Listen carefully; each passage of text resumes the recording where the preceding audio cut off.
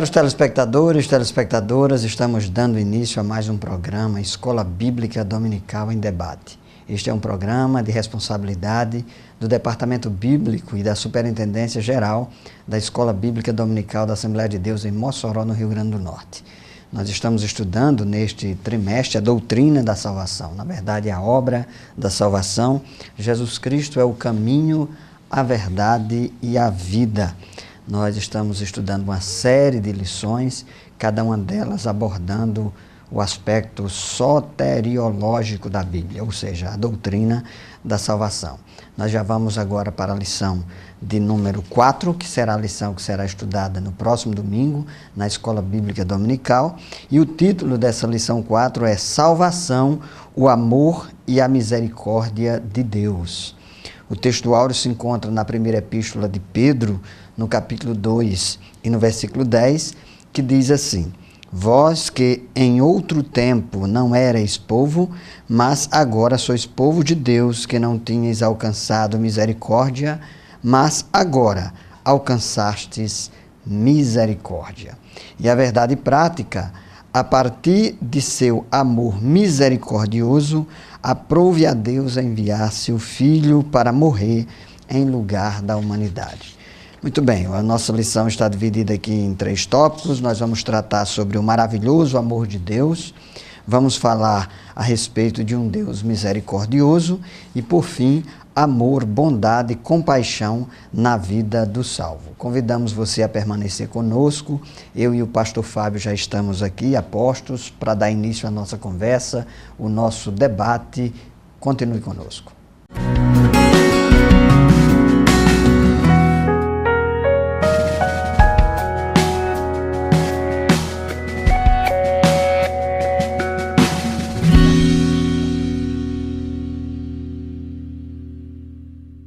Queridos telespectadores do programa Escola Bíblica Dominical em Debate, dando continuidade ao nosso estudo a respeito da soteriologia, a doutrina da salvação, hoje na lição de número 3 vamos falar sobre o amor de Deus.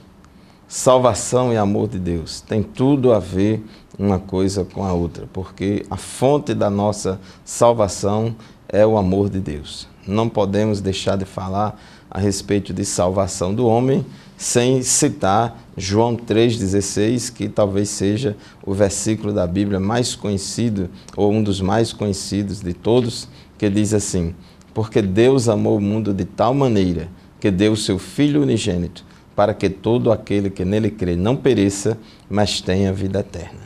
Então, a salvação, a vida eterna, ela procede do amor de Deus. O homem é pecador, a Bíblia diz que todos pecaram e destituídos estão da glória de Deus, e que todos nós éramos inimigos de Deus, todos nós estávamos afastados de Deus, e todos nós merecíamos a condenação eterna, o justo juízo de Deus sobre os pecadores. Afinal de contas, o salário do pecado é a morte, a consequência do pecado é a morte.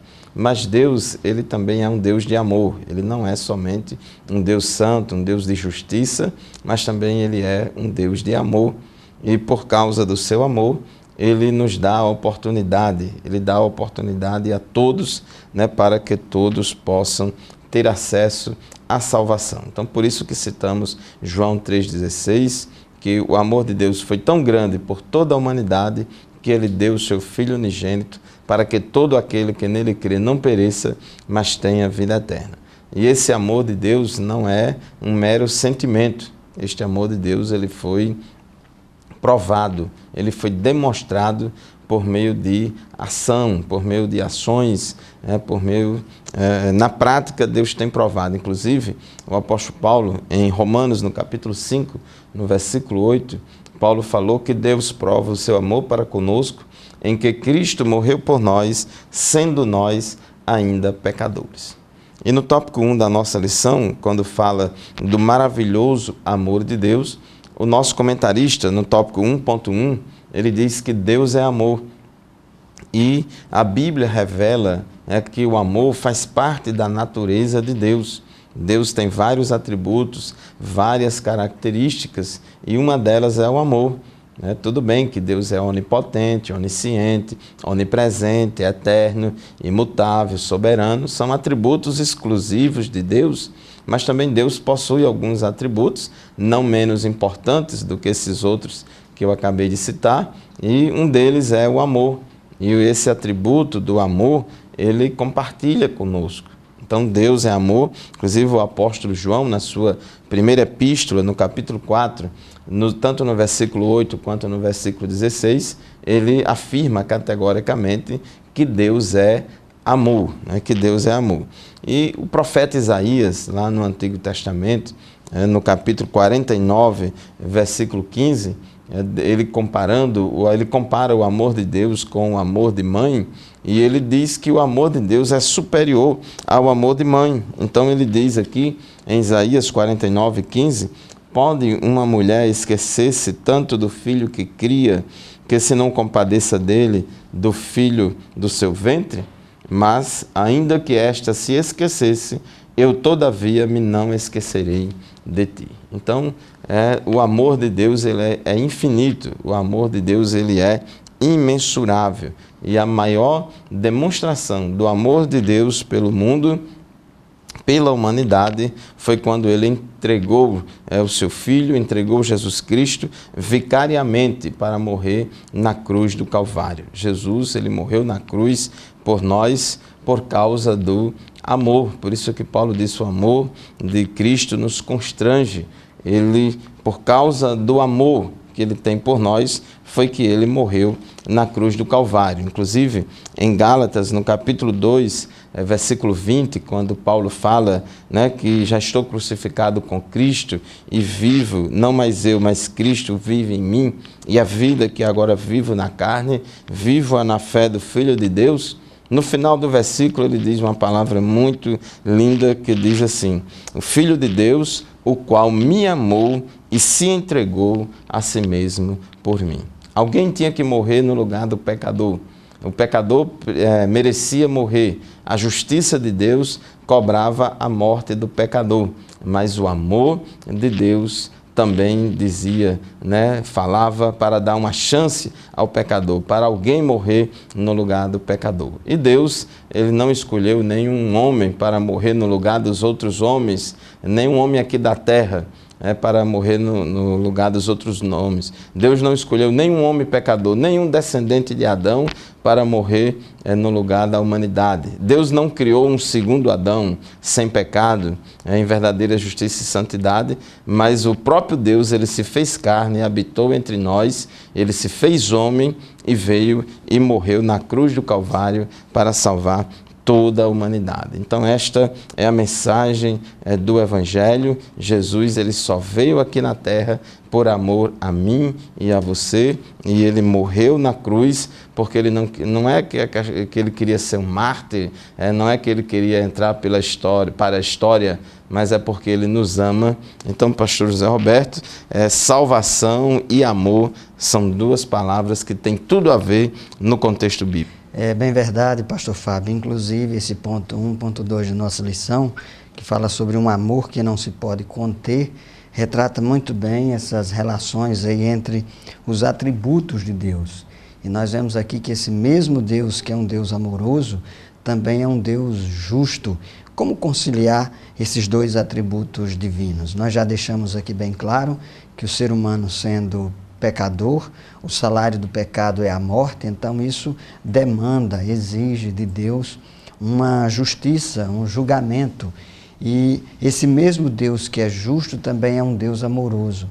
E a saída foi Deus enviar o seu próprio Filho Jesus Cristo para que todo aquele que nele crê não pereça, não morra, mas que tenha a vida eterna. Então, a justiça e o amor de Deus são conciliados, por assim dizer, teologicamente, em Jesus Cristo, porque na mesma medida em que esse Deus amoroso quer salvar o homem que caiu lá no Jardim do Éden, esse mesmo Deus precisou executar a justiça, e para isso o próprio Filho de Deus se tornou sacrifício no nosso lugar.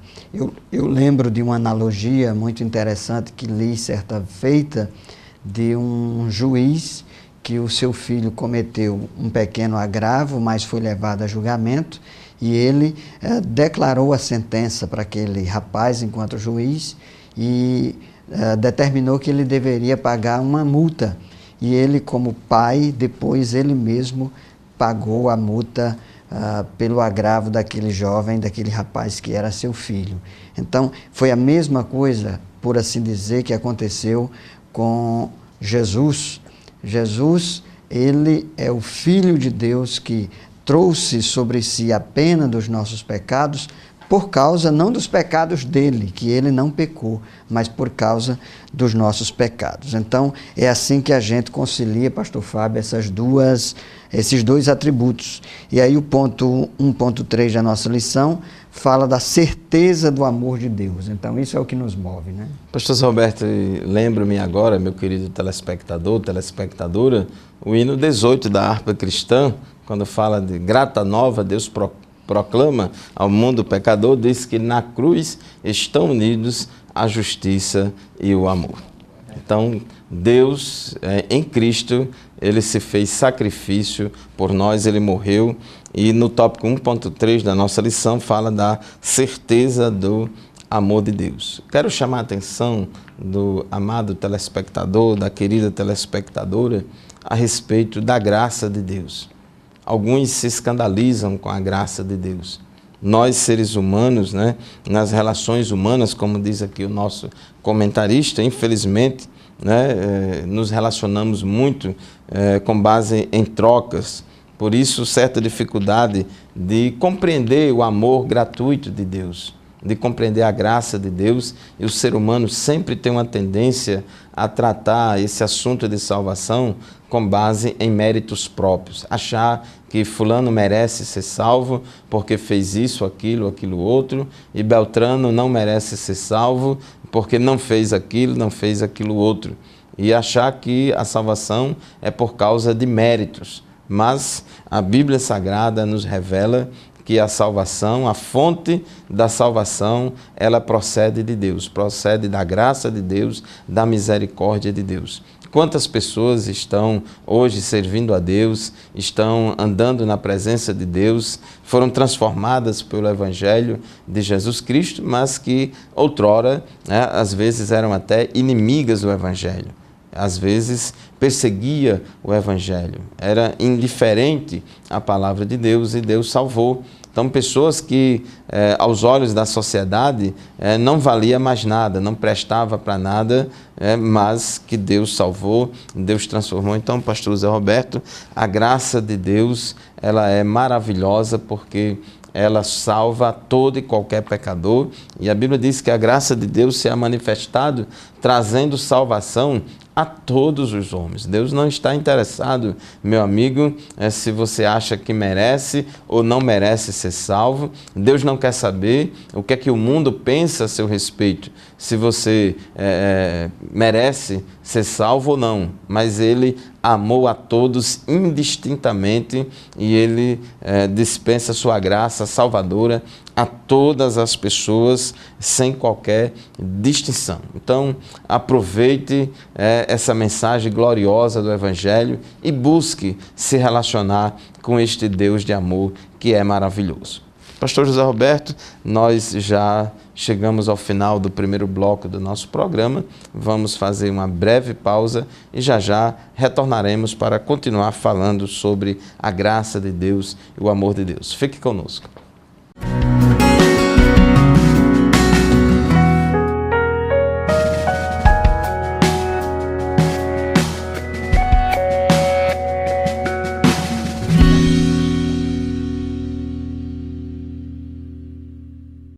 Estamos de volta ao programa Escola Dominical em Debate. Nós estamos tratando hoje a respeito do amor, da misericórdia de Deus. E esse ponto 1.3 da nossa lição trata a respeito da certeza do amor de Deus. Eu gostaria de chamar a sua atenção. Nós temos algumas categorias teológicas que elas são inferidas a partir do texto bíblico. Dentre elas nós destacamos a onisciência, a onipresença. Mas nós temos uma categoria teológica, bíblica, que ela está bem explícita no texto bíblico, que se encontra lá na primeira epístola de João, capítulo 4, versículo 8 e versículo 16, que dizem que Deus é amor. E essa declaração bíblica de que Deus é amor, o próprio Paulo também diz lá na sua epístola aos Romanos, no capítulo 5, versículo 8, que Deus prova o seu amor para conosco, nos faz ter a convicção de que nós temos um Deus que é amoroso. E essa convicção alegra a nossa alma. Eu gosto de dizer que um dos principais anseios do ser humano é o anseio de ser amado. Nós vemos tantos problemas na sociedade, pessoas angustiadas, pessoas deprimidas, pessoas irrealizadas, pessoas insatisfeitas, e o que elas mais carecem e pedem e reclamam é que elas sejam amadas. E no texto bíblico, na revelação bíblica, nós temos a convicção e a certeza de que Deus nos ama. Talvez você já tenha visto essa declaração aí numa placa de algum veículo ou em algum muro aí da sua cidade, e você até se questione, o que é que isso quer dizer? O que é que quer dizer que Deus me ama? Então, a prova cabal do amor de Deus para conosco é o fato de Cristo ter vindo a nós e ter morrido no nosso lugar. Essa é a prova, é a comprovação de que nós somos amados por Deus. Então, esse Deus, ele não nos decepciona. Evidentemente, ele nos faculta o livre-arbítrio, a possibilidade de escolha. O nosso Deus não nos criou como autômatos, como robôs, que nós somos programados para amá-lo. Muito pelo contrário, esse Deus amoroso, ele espera em contrapartida que ele também seja correspondido, que ele também seja amado. E eu leio a Bíblia e gosto de ressaltar que eu vejo na Bíblia também uma grande história de amor. A história do amor de Deus, um amor incondicional. Se existe algo que é incondicional na Bíblia, é o amor de Deus. Ele ama porque simplesmente ele amou e ele não pode deixar de amar. Então é por isso que quando nós lemos o texto bíblico, o que nós constatamos na narrativa bíblica é que Deus está perseguindo o ser humano, esse mesmo caído que tenta se distanciar de Deus, que dá as costas a Deus, mas Deus, nesse amor incansável, persegue o ser humano para atraí-lo para si. E essa verdade nós vemos expressa, por exemplo, lá já no Antigo Testamento, no livro dos profetas. Nós temos o livro do profeta Jeremias, por exemplo, que demonstra esse amor de Deus, querendo alcançar os pecadores. O livro do profeta Oséias, por exemplo, e tantos outros. E no Novo Testamento nem se fala. Deus radicalizou ao vir à Terra, através do seu Filho Jesus Cristo, numa demonstração que ele é uma fonte inesgotável de amor, como afirma o nosso comentarista, pastor Fábio, aqui logo no final desse tópico. Isso mesmo, pastor José Roberto. O amor faz parte da essência de Deus, do caráter de Deus, é um atributo de Deus que não se separa dele, né? Deus é amor e por causa deste amor, ele decidiu salvar, prover oportunidade de salvação para toda a humanidade. Meu querido telespectador, o tópico 2 da nossa lição diz que Deus é um Deus misericordioso. Misericordioso. Então aqui está falando da misericórdia. E a misericórdia de Deus não é um mero sentimento de compaixão e piedade que Deus sente pelo homem, que Deus sente pela humanidade. A misericórdia de Deus, ela não é teórica, não vai além de um sentimento, mas a misericórdia de Deus é esse sentimento de compaixão, de piedade, mas que se manifesta concretamente por meio de atos de misericórdia, atos de amor, atos de graça, atos de bondade.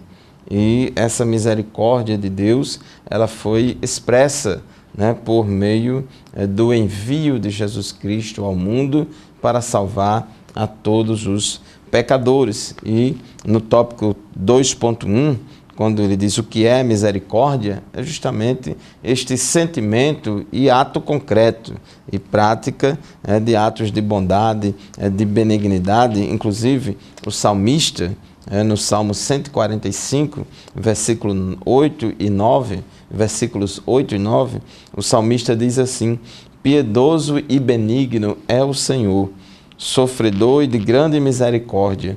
O Senhor é bom para todos, as suas misericórdias são sobre todas as suas obras. Então Deus é um Deus piedoso, que tem piedade de nós, que tem misericórdia de nós. Deus é um Deus benigno, que nos assiste, que nos ajuda por meio de atos de benignidade e de bondade. Ele é grande em misericórdia e Ele é bom para todos. Não é bom somente para alguns. Inclusive, Jesus disse que Ele faz com que o sol brilhe sobre todos, sobre justos e injustos. Deus faz com que a chuva caia em toda a terra, sobre todos. Então, a misericórdia de Deus, ela é muito enfatizada na Bíblia. E isso aqui é muito importante, porque Deus tem muitos atributos e nós não devemos, meu querido irmão, minha querida irmã, você que é professor da escola dominical, enfatizar apenas um ou dois ou alguns atributos de Deus em detrimento de outros. Todos os atributos de Deus são igualmente importantes e nenhum se descola do outro, estão na pessoa de Deus de forma equilibrada. E o nosso querido aqui profeta Jeremias, ele no seu livro das Lamentações, no capítulo 3, versículos 22 e 23, ele diz: as misericórdias do Senhor são a causa de não sermos consumidos, porque as suas misericórdias não têm fim, novas são cada manhã. Então, não é a palavra de Deus que se renova a cada manhã, porque a palavra de Deus é eterna, ela não precisa de renovação.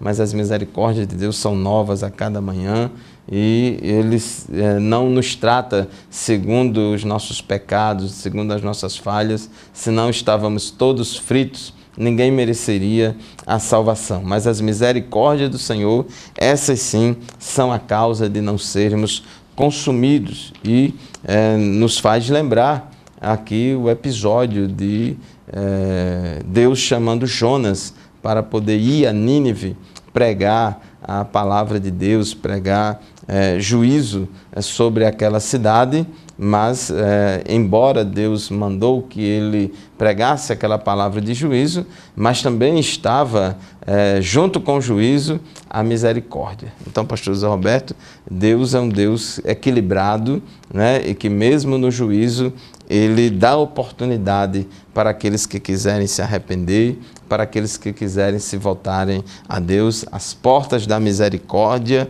elas nunca estão fechadas.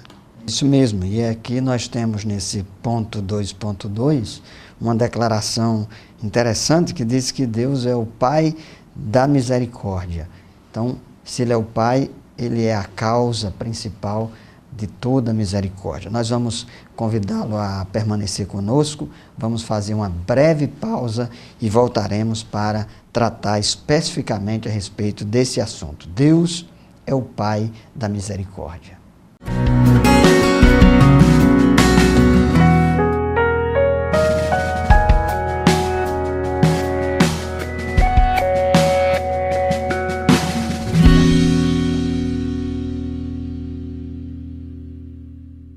Queridos telespectadores do programa Escola Bíblica Dominical em Debate, estamos de volta para continuar o nosso estudo a respeito desta lição de hoje, que fala sobre o amor e sobre a salvação. No final do bloco anterior, estávamos falando aqui sobre a misericórdia de Deus e mostrando que Deus é um Deus misericordioso. Lamentações de Jeremias, capítulo 3, versículos 22 e 23, diz que as misericórdias do Senhor são a causa de não sermos consumidos, elas são novas a cada manhã. E o profeta Jonas, que foi um profeta chamado por Deus para ir a uma nação pagã e até a cidade de Nínive, lá na Assíria, pregar uma palavra de juízo e de condenação contra aquele povo lá da Assíria. E Jonas, a gente já sabe qual é a história, e quando Jonas começou a pregar aquela palavra, era uma palavra de condenação, mas era condicional.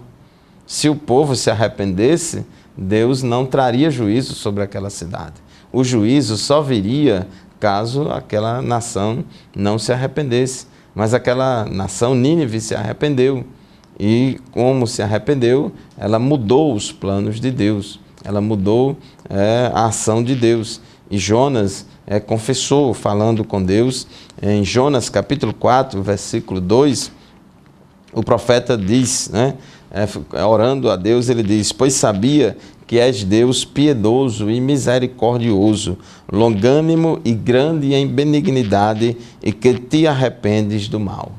Então Deus, Jonas falando com Deus na sua oração a Deus, ele confessa. Jonas conhecia, sabia o caráter de Deus, e ele usa aqui várias palavras, vários adjetivos para se referir a Deus: piedade, misericórdia, longanimidade, benignidade, né? Então diz que Deus, ele é piedoso, ele é misericordioso, é longânimo. A longanimidade, inclusive, é uma das virtudes do fruto do Espírito, obrigatória na vida de todo cristão. É tardio em irar-se. A pessoa longânima é a pessoa que é tardia em irar-se, é a pessoa que não tem pressa para executar juízo. Então ela é longânima. Ele é grande em benignidade e que te arrependes do mal. Essa arrepende do mal aqui é uma linguagem humana que Jonas atribui a Deus, no sentido de que Deus ele pode deixar de executar algum juízo como consequência da mudança de atitude, de arrependimento da pessoa ou da nação que merecia antes o juízo de Deus, como aconteceu com Nínive. Então, pastor José Roberto, o profeta Jonas, alguns até dizem que o Deus do Novo Testamento é mais misericordioso do que o do Antigo Testamento, mas na verdade é o mesmo Deus, tanto porque a misericórdia, o amor de Deus é uma característica inata à própria natureza de Deus. Isso mesmo, pastor Fábio. E quando a gente lê o livro dos profetas, por exemplo, a gente percebe nitidamente esse Deus amoroso, esse Deus misericordioso. A palavra misericórdia, ela tem uma equivalência com a palavra agape no grego, hesed, no hebraico a ideia de misericórdia, que tem a ver com o amor agape de Deus, que é a manifestação do seu amor. Aqui o comentarista, inclusive, ele faz menção de algum texto aqui no Antigo Testamento. O livro de Salmos também destaca esse Deus misericordioso. Salmo 103, e a partir do versículo 8, que diz que misericordioso e piedoso é o Senhor, longânimo e grande em benignidade. Não repreenderá perpetuamente, nem para sempre conservará sua ira. Não nos tratou segundo os nossos pecados, nem nos retribuiu segundo as nossas iniquidades. Então aqui nós já vemos o conceito de misericórdia de Deus. Eu aproveito para fazer a distinção entre misericórdia e graça. A misericórdia tem a ver com o fato de nós não recebermos a punição que nós merecemos. Todos nós somos pecadores, dignos de condenação, mas Deus não nos trata e não nos tratou de acordo com os nossos pecados. Ao invés disso, Ele positivamente nos trata com graça. Aí a graça é o fato de Deus justamente nos dar aquilo que nós não merecemos. Enquanto que a misericórdia, Ele não nos dá aquilo que nós merecemos, na graça, Ele dá aquilo que nós não merecemos. Ele deu a nós o seu amor, a sua salvação, e isso é motivo suficiente para nós nos alegrarmos no Senhor. O comentarista, inclusive, destaca isso aqui, diz que a reconciliação provida por Deus é motivo de satisfação. Então nós devemos descansar na segurança de que nós temos um Deus que se importa conosco, e um Deus que está interessado em cada um de nós. Então tem um pensador que eu gosto muito de ler, que é o Blaise Pascal. Ele diz que algumas pessoas constroem seus deuses de acordo com as suas projeções, com os seus desejos. E às vezes nós vemos pessoas fazendo a ideia de um Deus malvado, de um Deus colérico, de um Deus injusto, de um Deus que quer destruir. Mas essa justiça de Deus que nós não podemos negar, ela é equilibrada na teologia bíblica, na revelação de que esse Deus é um Deus de amor e é um Deus que pode ser chamado de Pai. Inclusive é o que está aqui nesse tópico 2.2 da lição, ele é o Pai da misericórdia. Então, inclusive, o fato de nós usarmos de misericórdia uns com os outros é porque ele primeiro, ou primeiramente, usou de misericórdia para conosco. Isso está, por exemplo, nos escritos de Paulo, de João. Ele nos amou primeiro. Ele nos usou de misericórdia para conosco. E aí, pastor Fábio, de igual modo, nós também somos chamados para exercitar esta mesma misericórdia que Deus tem nos dado.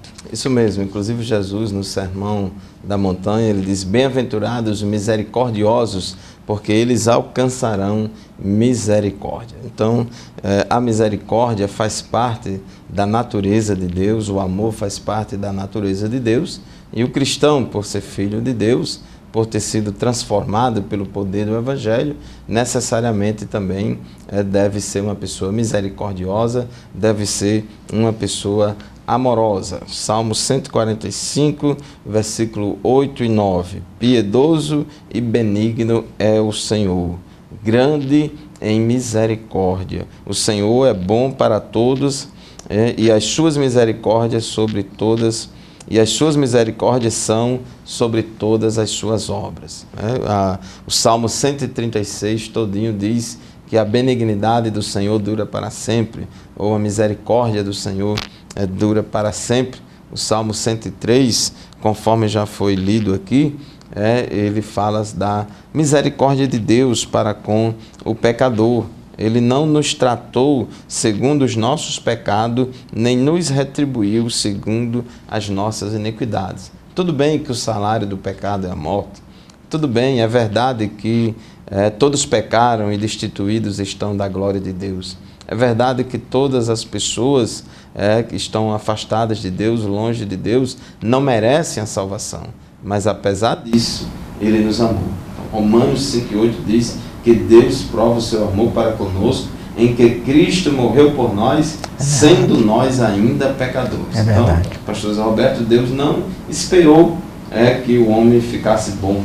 Deus não esperou que o homem melhorasse, evoluísse nessas virtudes para poder nos amar. Mas Ele nos amou primeiro, mesmo sendo ainda pecadores.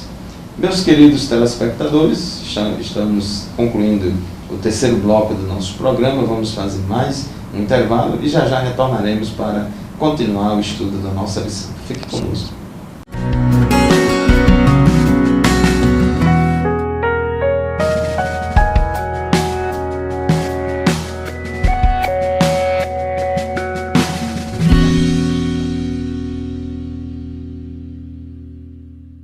Muito bem, estamos de volta ao programa Escola Bíblica Dominical em Debate. Hoje nós estamos estudando a misericórdia de Deus e o amor de Deus pela humanidade. O terceiro ponto da nossa lição fala justamente a esse respeito: amor, bondade e compaixão na vida do salvo. Então nós somos salvos, alcançados pela graça, pela misericórdia de Deus, e aí nós temos 3.1, um amor como adoração a Deus. Então, o que é que se espera do pecador que foi alcançado pela graça divina? A inimizade que existia entre o homem e Deus foi desfeita na cruz do Calvário. E agora, por causa da reconciliação que nos foi providenciada pelo próprio Deus, através do nosso Senhor Jesus Cristo, agora nós recebemos como orientação do próprio Deus que nós o amemos. É o mínimo que nós podemos fazer, é amar a Deus. E o amor a Deus é um amor pautado na gratidão, no reconhecimento, porque ninguém pode amar por obrigação, né? Não, você é obrigado a amar a Deus. Não, não é assim. As pessoas amam a Deus em resposta ao próprio amor de Deus por cada um de nós.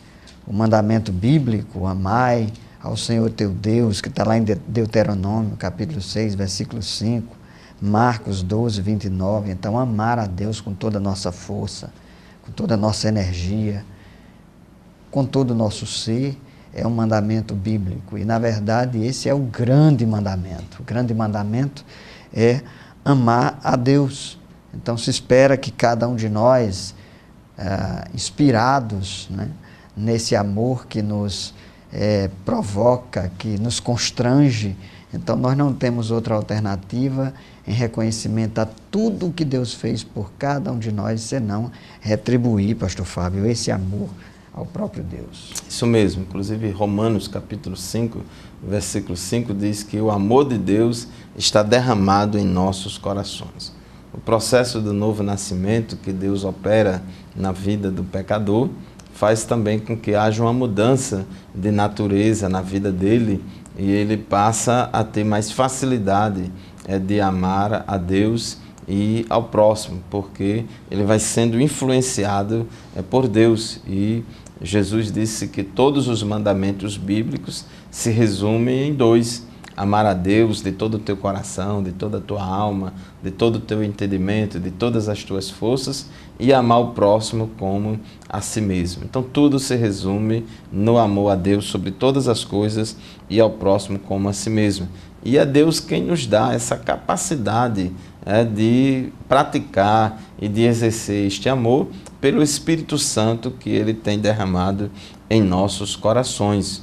Então, a vida do cristão é uma vida de amor na direção vertical, amando a Deus acima de todas as coisas, e também na dimensão horizontal, amando o próximo como a si mesmo. Não tem como o cristão verdadeiro dizer que somente ama a Deus e aborrecer o próximo, ou dizer que ama o próximo aborrecendo a Deus. Não há como você descolar uma coisa da outra. Tem que ser esse amor na direção vertical e horizontal simultaneamente. Então, o tópico 3.2 da nossa lição fala também do amor ao próximo, né? O amor de Cristo nos constrange a amar o próximo. E 1 João, capítulo 4, versículo 11, diz que, amados, se Deus assim nos amou, também nós devemos amar uns aos outros. Então é um dever de todo cristão. Alguém pode dizer, mas eu não sinto vontade de amar fulano, eu não sinto vontade de amar cicrano, mas o amor não é um mero sentimento, uma vontade, mas é um mandamento, é uma decisão que a gente tem que tomar de amar também o próximo. E Jesus, ele ensinou esse amor da melhor forma possível, não somente por meio dos seus discursos, por meio dos seus ensinamentos, mas na prática. Jesus amou na prática o próximo. E interessante que quando ele estava ensinando a respeito da parábola do bom samaritano, ele conclui a parábola dizendo, vai e faz a mesma coisa. Porque quando ele disse lá, que tinha que amar o próximo como a si mesmo, perguntaram a ele, Senhor, mas quem é o meu próximo? E aí Jesus contou a parábola do bom samaritano para explicar que o próximo é qualquer pessoa que esteja no nosso caminho, qualquer pessoa, conhecida ou desconhecida, não importa, mas que esteja ao nosso alcance, precisando de ajuda, e a gente pode ajudar e devemos ajudar. Então esse é o nosso próximo, e é isso que caracteriza o verdadeiro cristão. O verdadeiro cristão é identificado pelo amor. Jesus falou em João capítulo 13, versículos 34 e 35, ele falou, um novo mandamento vos dou, que vos ameis uns aos outros, como eu vos amei a vós, que também vós uns aos outros vos ameis. Nisto todos conhecerão que sois meus discípulos, se vos amardes uns aos outros. Então veja, meu querido telespectador, minha querida telespectador, que o amor é o verdadeiro cartão de identidade do cristão. Pastor José Roberto, esse mandamento que Jesus falou de amar uns aos outros, Isso já foi falado, já tinha sido também falado lá em Levítico, na época de Moisés, há muitos anos antes de Cristo, mas quando Jesus fala que o novo mandamento vos dou, é amar o próximo como a si mesmo, da forma prática com que Jesus amou o próximo como a si mesmo. É o amor prático, né, que se traduz em atos, em ações concretas de bondade, de benignidade, de misericórdia. É isso mesmo. Inclusive, esse terceiro ponto aqui, do tópico 3 da nossa lição, fala sobre o amor como serviço diaconal. A palavra diáconos no grego é o servo, é aquele que serve, é aquele que está disposto a se sacrificar pelo outro, se sacrificar pelo próximo. E daí isso que o pastor Fábio acabou de colocar, a importância de nós amarmos, mas não amarmos apenas em palavras, como muito bem ressaltou João em sua primeira epístola. O verdadeiro amor é aquele que se expressa em atitudes e em ação, e se envolver com as necessidades do próximo.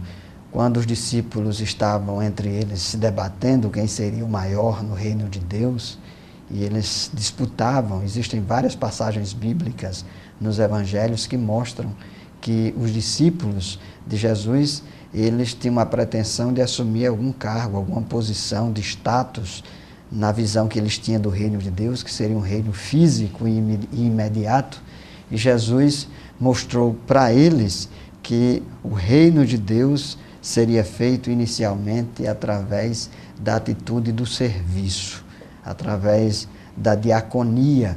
E Jesus fez isso, cumpriu esse propósito e deu o exemplo lá no Evangelho segundo João, no capítulo 13, quando Jesus se cingiu de uma toalha, pegou uma bacia e decidiu lavar os pés dos seus discípulos. Evidentemente, aquele foi um ato que causou escândalo. O próprio Pedro ficou incomodado com aquela atitude serviçal do próprio Senhor Jesus, e ele foi enfático a dizer: olha, se vocês querem ser grandes, sejam como eu sou mestre e estou dando o exemplo, eu sou Senhor, estou dando o exemplo para que vocês também assim o façam.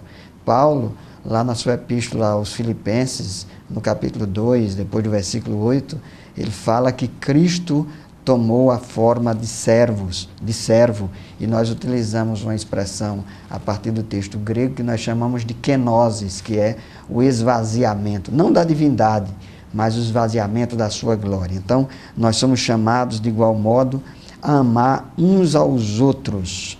É isso que identifica o verdadeiro cristão. O cartão postal do cristão, o cartão de identificação do cristão não é outro senão, pastor Fábio, o verdadeiro e o genuíno amor agape, que é o amor sacrificial. Isso mesmo. E já estamos partindo para a conclusão da nossa lição, e não poderia concluir esta lição sem ler aqui para a sua meditação, meu querido telespectador, o que está escrito em 1 João capítulo 4, versículos 7 a 11, que diz assim, preste bem atenção: amados, amemo-nos uns aos outros, porque o amor é de Deus, e qualquer que ama é nascido de Deus e conhece a Deus. Aquele que não ama não conhece a Deus, porque Deus é amor. Nisto se manifestou o amor de Deus para conosco, que Deus enviou o seu Filho unigênito ao mundo, para que por ele vivamos. Nisto está o amor, não em que nós tenhamos amado a Deus, mas em que Ele nos amou e enviou seu Filho para propiciação pelos nossos pecados. Amados, se Deus assim nos amou, também nós devemos amar uns aos outros. Então, que Deus abençoe a sua vida, que Deus abençoe você e sua família, a sua classe da Escola Bíblica Dominical, e continuemos buscando de Deus este amor. Pastor Zé Roberto, é uma busca constante a Deus, que Ele é a fonte de todo amor, para que possamos refletir na nossa vida, no dia a dia, esse amor de Deus. É bem verdade. Para concluir, nós queremos dizer aqui com o nosso comentarista que o amor e a misericórdia de Deus vai muito além do nosso entendimento, como também cita aquele hino da harpa cristã. Então, terminemos o nosso programa aqui, sempre surpreendidos por este amor e por essa misericórdia de Deus, que deve nos motivar a amar a Deus e a amar o nosso próximo. Fiquem todos na paz do Senhor e até o próximo programa, se Ele mesmo permitir. A paz do Senhor e até o próximo programa, se Deus quiser. Amém.